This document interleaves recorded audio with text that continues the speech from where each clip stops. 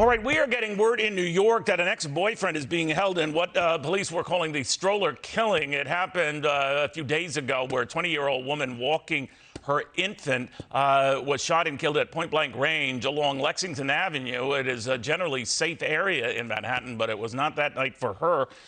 We'll try to get more updates on that. He faces a murder rap in the execution of the young mom, again, shot at point-blank range. But it did unnerve New Yorkers. Again, no stranger to this kind of violence, and something that's been popping up in cities across the country.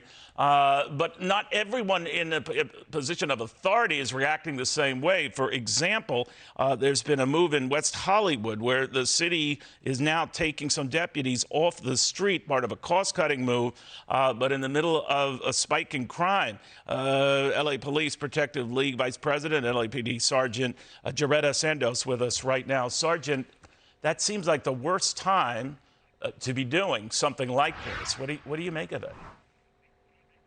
Absolutely, it's the worst time. When I first heard of this, I said, let me get this straight. West Hollywood wants to cut the budget and use unarmed ambassadors. They currently have an increase in crime of 137%.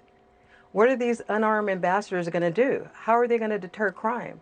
Are they going to use slingshots to fight off these criminals? It's totally out of control. West Hollywood has mostly pickpocketers, violent smash and grabs, follow home robberies where the suspects point a gun at innocent families' face and rob them at gunpoint. I don't understand. It's these woke politicians who have been fueling this, and they're generally from other parts of the city, and they come to these different cities and they want to impose their beliefs on law-abiding citizens.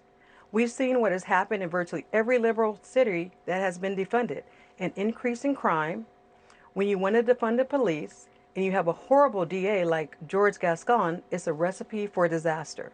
You know, what was odd about this, Sergeant, and maybe you can help me with this, is the move is to take some deputies off the street. But if you're replacing them with unarmed watchers or whatever they're saying, and I assume these deputies were armed who have been replaced, that's a prescription for trouble. Oh, absolutely. I can tell you, with a 137% increase, it's going to be a 237% increase. It's not fair to the law-abiding citizens that live in that area. And my advice to businesses, tourists, go somewhere else, because you will be a victim of crime. How do the residents feel, Sergeant? I'm sorry, there's a bit of a delay here, so I'm rudely interrupting, but I could imagine the residents are a little anxious about this.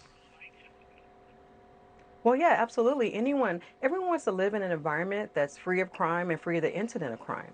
And when they know that their deputies will be taken off patrol and you'll have footbeats of unarmed ambassadors, crime is going to go through the roof. Burglaries, robberies. They should right now be at their city hall talking to their council people, demanding that they increase deputies' presence versus eliminate them. Sergeant, how do you feel about this Supreme Court decision which would allow concealed weapons in cities like your own? The New York City mayor and the governor of New York State not keen on it, say it's only going to breed more violence. How do you feel about that? Well, people need to protect themselves. You know, right now we have a shortage of police officers, a shortage of deputies, and residents are walking around the city and they're being targeted. So they need to be able to protect themselves, because it could be a long time before police responds if they are involved in a serious violent crime. So you have to protect yourself. Yeah, especially when you get incidents like these. Sergeant, thank you very much for taking the time and reminding us about kind of life and death issues here, to put it mildly.